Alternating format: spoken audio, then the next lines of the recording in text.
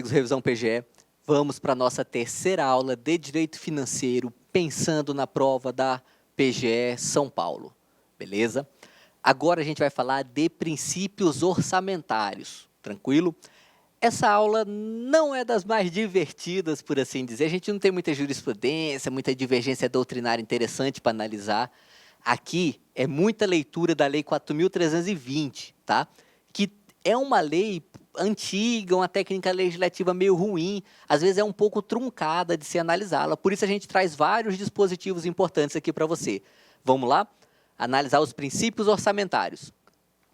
Primeira coisa, a gente tem que saber diferenciar esses três princípios aqui, ó. Exclusividade, unidade, que aí parte da doutrina vai chamar de totalidade, e universalidade, beleza? Tem que saber diferenciar esses três princípios. Isso é o principal em princípio de direito orçamentário. Vamos analisar cada um deles a partir de agora. Primeiro, princípio da exclusividade está previsto na própria Constituição Federal, parágrafo 8º do artigo 165, e vai falar para a gente que a lei orçamentária anual, ela não conterá dispositivos estranhos à previsão de receita e à fixação de despesa. Como a gente já viu lá no conceito de orçamento, o que vale no Brasil é o quê? O orçamento público, ele autoriza as despesas, ao mesmo tempo que ele prevê as receitas, beleza? É basicamente isso que falou aqui, só que falou num tom de exclusividade. Olha só, a lei orçamentária ela vai fazer só essas duas coisas, não faz outras. Por quê? Porque tem algo que a doutrina chama de orçamento rabilongo, ou cauda orçamentária, que é uma prática legislativa muito antiga no Brasil, que era o seguinte: como tem que aprovar todos os anos a lei orçamentária, então tanto o chefe do executivo quanto os parlamentares tacavam na lei orçamentária vários artigos contrabandeados ali. Por quê? Porque aprovava mais fácil. Já tinha que passar a lei orçamentária mesmo, de repente ninguém nem percebia direito o que estava acontecendo e passava lá um aumento para uma carreira de servidores, por exemplo, entendeu? Então, não. Lei orçamentária, por força do princípio da exclusividade, que está positivado no parágrafo 8º do artigo 165 da Constituição Federal, o orçamento, ele só trata de receitas e despesas. Beleza, tá? Só que a gente tem, no mesmo dispositivo constitucional, duas exceções. É importante você conhecer essas exceções, porque elas são tão cobradas quanto a regra geral. A primeira exceção é para os créditos suplementares, beleza? Olha só, o crédito suplementar, como a gente verá em aula futura daqui a pouco, um crédito suplementar, ele aumenta a autorização de despesa já prevista no orçamento. Então, olha só, o orçamento previa gastar, em 2019, 100 milhões de reais com salário de procuradores do Estado. Beleza? Tranquilão. Aí o que acontece? O Procurador-Geral do Estado fala, lá em 2019 já, ele fala, a gente está precisando contratar mais procuradores deste concurso que a gente acabou de realizar. Como eu vou fazer se eu não tenho crédito orçamentário para isso? Ele vai e pede um crédito suplementar, para aumentar essa despesa de 100 milhões para 110 milhões e com esses 10 milhões ele contratar mais procuradores, beleza? O crédito suplementar já pode estar previsto na própria lei orçamentária? Pode. Por isso é uma exceção ao princípio da exclusividade. A segunda exceção é no caso de empréstimos por antecipação de receita. Olha só, vamos ler o dispositivo. A primeira exceção, né? Autorização para abertura de crédito suplementar, beleza? E contratação de operações de crédito, ainda que por antecipação de receita. Olha só, o Estado ele pode pegar alguns créditos. Esse, como a gente até viu na aula 1, é um dos elementos da atividade financeira do Estado, é o crédito público. Tranquilão. Uma das formas de se pegar esse crédito é por antecipação de receita. Esse é um crédito muito específico que funciona assim. O Estado pega em um exercício financeiro, ou seja, em um ano, para pagar neste mesmo ano. Então, olha só, o Estado está com problema de fluxo de caixa no mês de março, tá? E aí, no mês de março, ele fala, cara, eu não estou conseguindo pagar minhas contas, mas eu sei que eu tenho muito crédito tributário para receber até o fim do ano, e eu sei que eu vou dar conta de pagar, eu só não tenho dinheiro agora. Então, o Estado ele pega um empréstimo por antecipação de receita, e fala, olha, eu estou pegando esse empréstimo em março, mas eu vou pagar até o fim desse exercício financeiro, beleza? É para isso que serve esse crédito por antecipação de receita. E toda contratação de operação de crédito, inclusive essas por antecipação de receita, podem já estar previstas na lei orçamentária, beleza? Por isso é a segunda exceção ao princípio da exclusividade. Então, o princípio da exclusividade é isso, orçamento só trata de despesa e receita, com essas duas exceções e só. Beleza. Princípio da unidade / totalidade. Olha só, os doutrinadores clássicos criaram essa expressão, princípio da unidade, que foi até prevista aqui no artigo 2º da Lei 4.320, para falar o seguinte, só existe um orçamento, beleza? Belezinha, tranquilão até aí. Só que o Constituinte, ele destrinchou esse orçamento, ele falou, olha, tá certo, é só um, mas é um que ao mesmo tempo é três, né? Porque a gente tem o orçamento fiscal, o orçamento de investimento das empresas estatais e o orçamento da Seguridade Social. Então, parte da doutrina falou, olha, não dá mais para falar que é unidade, agora a gente tem que falar que é princípio da totalidade, beleza?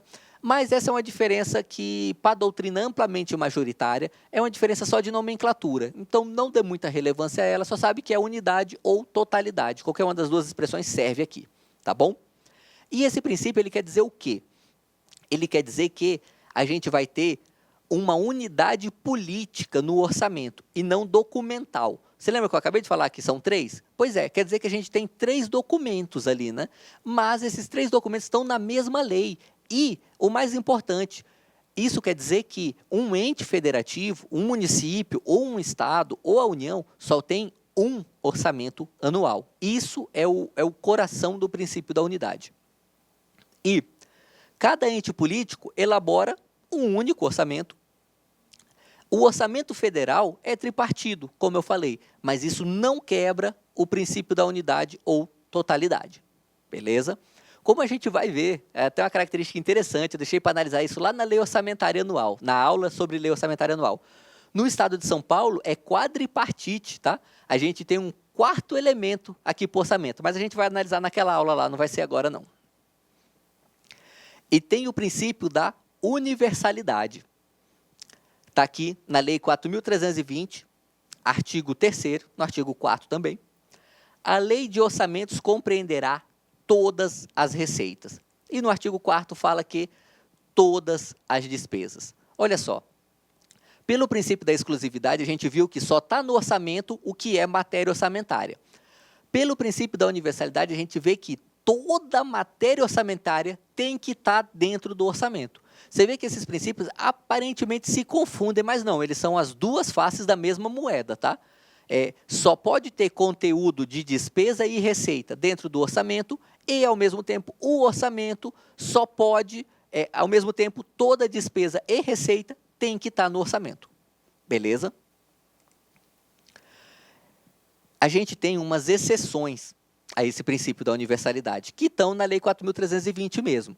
Vale a pena tentar memorizar essas exceções. Eu sei que é um pouco chato às vezes, porque, por exemplo, memorizar que emissões de papel moeda é uma exceção ao princípio da universalidade não é muito fácil, mas a gente tem que buscar essa memorização mesmo aqui, sabe?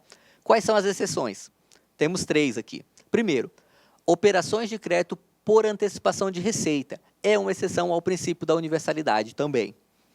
Emissão de papel moeda e outras entradas compensatórias no ativo e passivo financeiros, como, por exemplo, depósitos e calções. Essas duas eu falei que tinha que memorizar. Essa terceira é bom entender de verdade isso daqui, tá? É o seguinte, a gente tem uma coisa que chama receita extra-orçamentária. É basicamente aquelas receitas que não estão no orçamento e que entra no caixa público já com a destinação de saída. Veja, não entra em definitivo, não entra para custear os programas públicos. Ela entra só para ficar um pouco ali e depois sair. Olha um exemplo. Imagina uma caução judicial, tá? Você é um ente, tem uma empresa, essa empresa deve tributos e você faz uma consignação em pagamento do valor desses tributos para discutir em juízo a matéria. Beleza? A gente vê lá em direito tributário que cabe essa consignação em pagamento. Esse depósito judicial, ele é administrado, como o próprio nome judicial já deixa entender, ele é administrado pelo Poder Judiciário. O Poder Judiciário faz parte do Poder Público. Então, esse recurso ele vai ficar no caixa do Poder Público, sabe? Só que ele é extra-orçamentário, porque ele não está lá para cobrir nenhuma despesa. Ele está lá para depois, se o Estado perder essa causa, devolver esse recurso para o contribuinte. Beleza? Então, por isso que é uma exceção à regra da universalidade, essas entradas compensatórias, que aí ele até dá o exemplo dos depósitos e das calções, que são justamente essas receitas extra-orçamentárias. Beleza?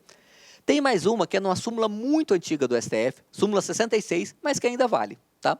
Fala o seguinte: é legítima a cobrança do tributo que houver sido aumentado após o orçamento. Olha só, o orçamento não serve para prever as receitas? Serve. Então, se a gente quer aumentar um tributo, já tinha que estar previsto isso na lei orçamentária, não tinha? Intuitivamente, a gente pode pensar que sim, mas o Supremo entende que não, tá? Então, não tem que estar previsto na lei orçamentária o aumento de tributo. Só que esse aumento ele tem que ocorrer antes do início do respectivo exercício financeiro. Isso a gente estuda lá em direito tributário, o princípio da anterioridade. Beleza? Vamos lá. A anualidade orçamentária, você tem que saber diferenciá-la da anualidade tributária, tá? O princípio da anualidade tributária, esse já não existe mais no Brasil. O que a gente tem é o princípio da anterioridade, tá? Esse princípio da anualidade orçamentária, ele é bem simples e ele está aqui no artigo 34 da Lei 4.320. Ele vai falar o seguinte, olha, o exercício financeiro coincide com o ano civil. Simples assim. Sempre que a gente falar de exercício financeiro no Brasil, você pensa 1º de janeiro a 31 de dezembro.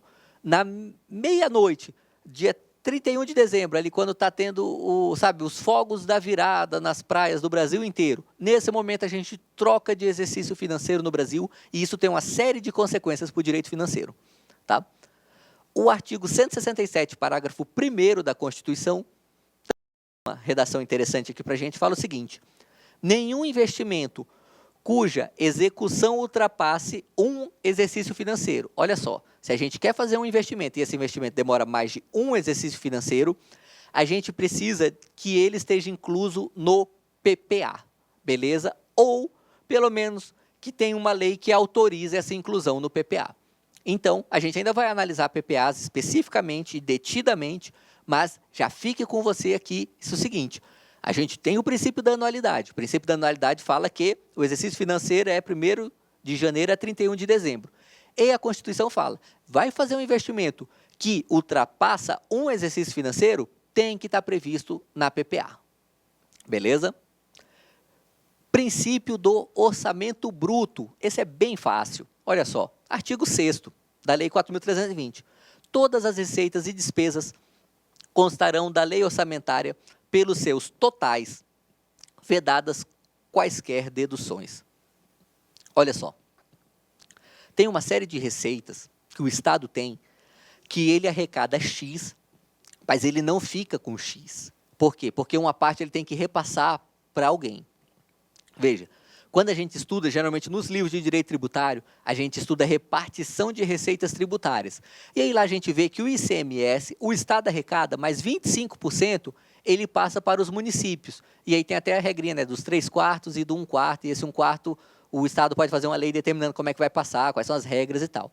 O que importa para a gente aqui é o seguinte: ICMS, o Estado ele só fica com 75% do que foi arrecadado. 25% vai para os municípios, beleza?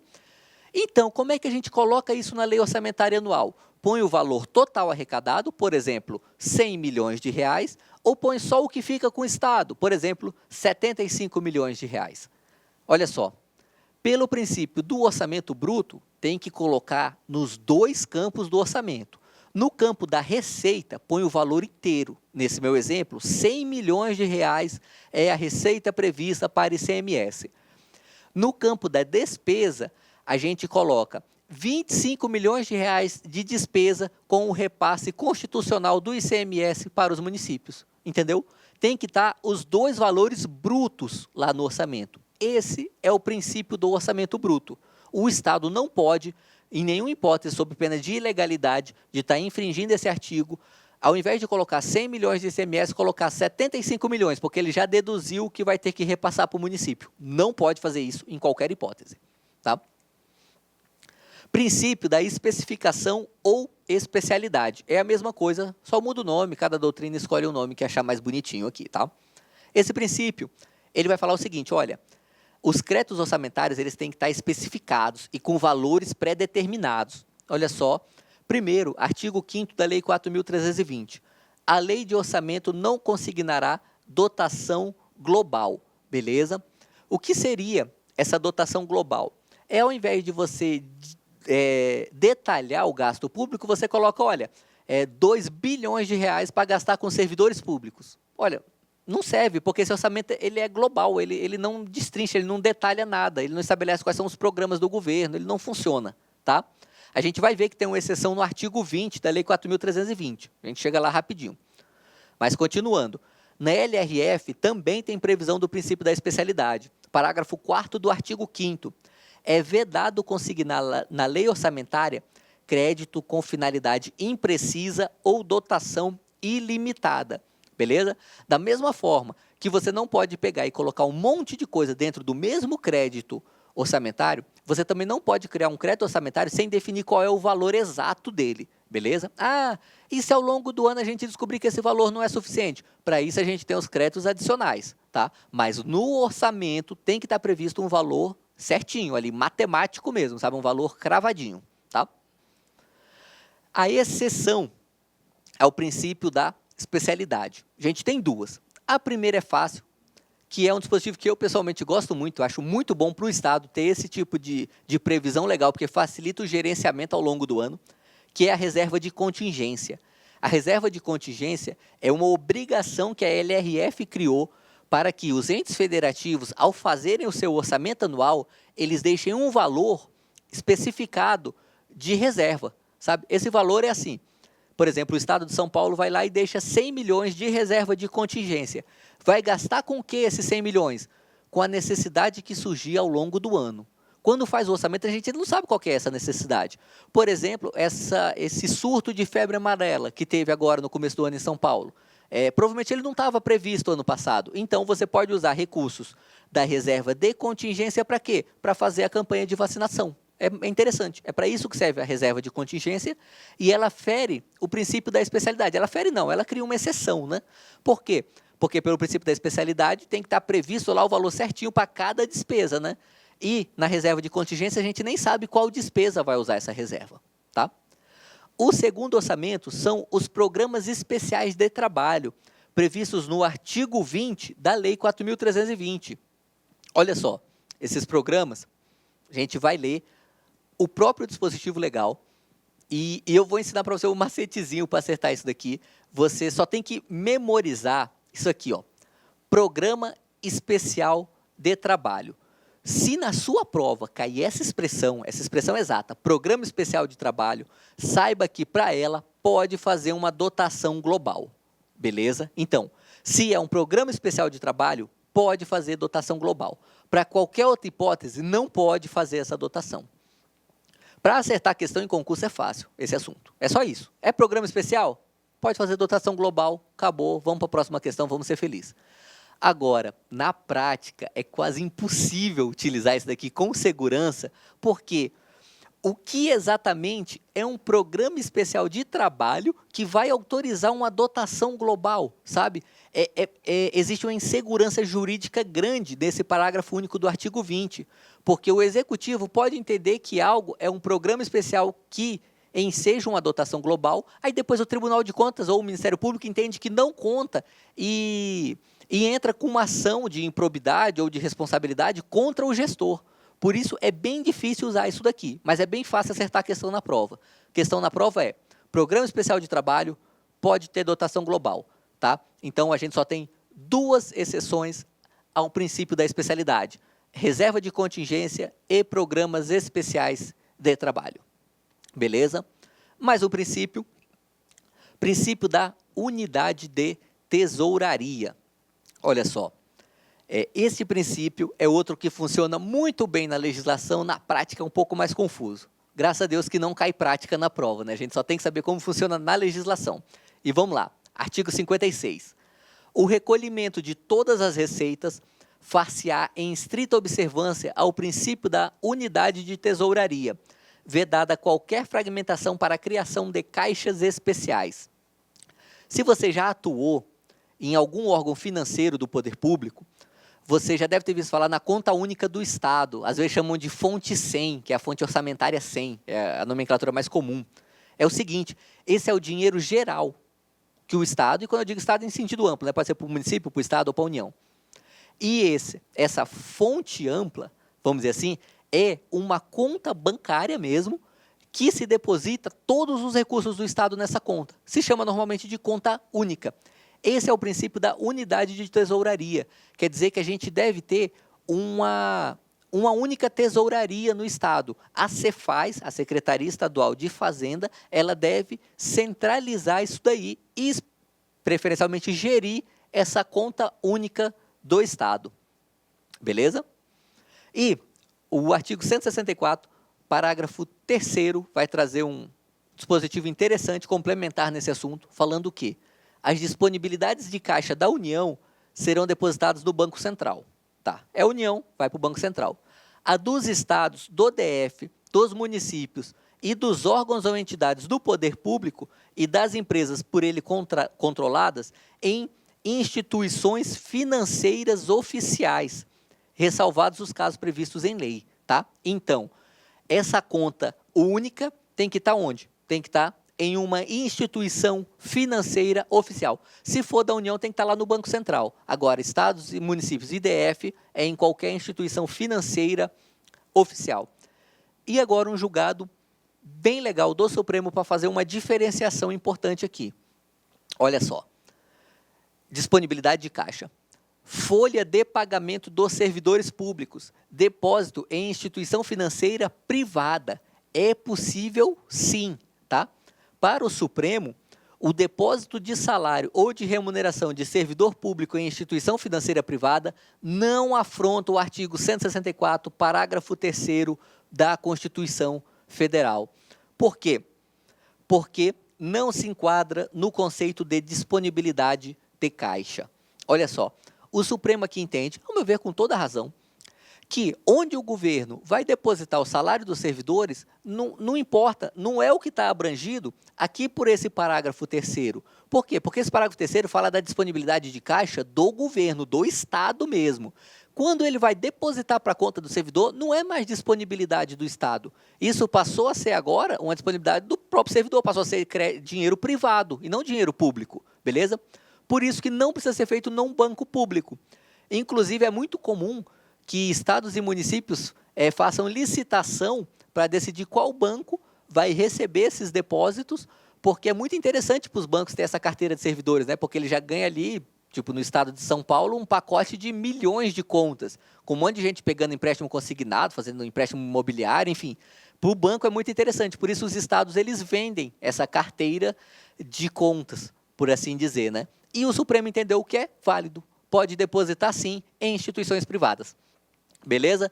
A nossa aula de princípios orçamentários é isso aí e vamos juntos. Clique lá.